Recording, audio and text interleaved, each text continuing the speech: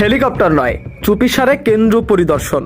শিক্ষামন্ত্রী মিলনের ভিন্ন কৌশল, আর তাতেই অনুপস্থিত প্রায় 25,500 শিক্ষার্থী। ভয় নাকি অন্য কোনো কারণ? এসএসসি ও এইচএসসি পরীক্ষার সময় শিক্ষামন্ত্রীর কেন্দ্র পরিদর্শন নতুন কিছু নয়, তবে এবার একেবারেই ভিন্ন পথে হাঁটলেন শিক্ষামন্ত্রী ডক্টর এএনএম এহসানুল হক মিলন। প্রথম দিনেই কোনো পূর্ব ঘোষণা ছাড়াই হঠাৎ করে উপস্থিত হলেন মানিকগঞ্জের একটি পরীক্ষা কেন্দ্রে। সিংগাইর উপজেলার শাহরাইল উচ্চ বিদ্যালয়ে সকাল 11টার দিকে চুপিসারে পৌঁছে যান তিনি। সবচেয়ে বড় চমক, এবার তিনি আসেননি হেলিকপ্টারে, গাড়িতে করেই সরাসরি কেন্দ্র পরিদর্শন করেন। শিক্ষা মন্ত্রণালয়ের কর্মকর্তারা জানান, শিক্ষামন্ত্রী এবার কোন কেন্দ্রে যাবেন সেটি আগে থেকে প্রকাশ না করার নির্দেশ ছিল, ফলে গণমাধ্যমও আগাম কিছু জানতে পারেনি।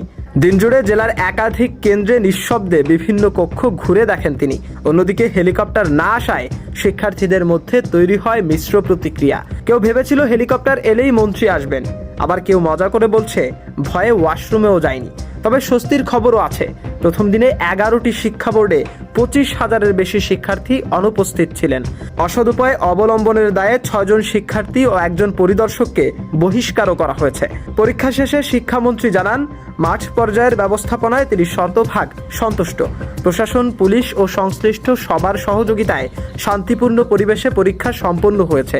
তবে অতীত মনে করিয়ে দিচ্ছে বর্তমানকে। 2001 থেকে 2006 সালে শিক্ষামন্ত্রী থাকাকালে হেলিকপ্টারে করে আংশিক কেন্দ্র পরিদর্শন করে নকল ধরার জন্য ব্যাপক আলোচনায় ছিলেন তিনি। সেই থেকেই অনেকের কাছে তার নাম হেলিকপ্টার মিলন। তবে এবার কৌশল বদলেছে। কঠোর নিরাপত্তা ব্যবস্থার অংশ হিসেবে প্রতিটি কেন্দ্রে বসানো হয়েছে সিসিটিভি এবং প্রশ্নপত্র পরিবহনে ব্যবহার হচ্ছে ডিজিটাল ট্র্যাকিং।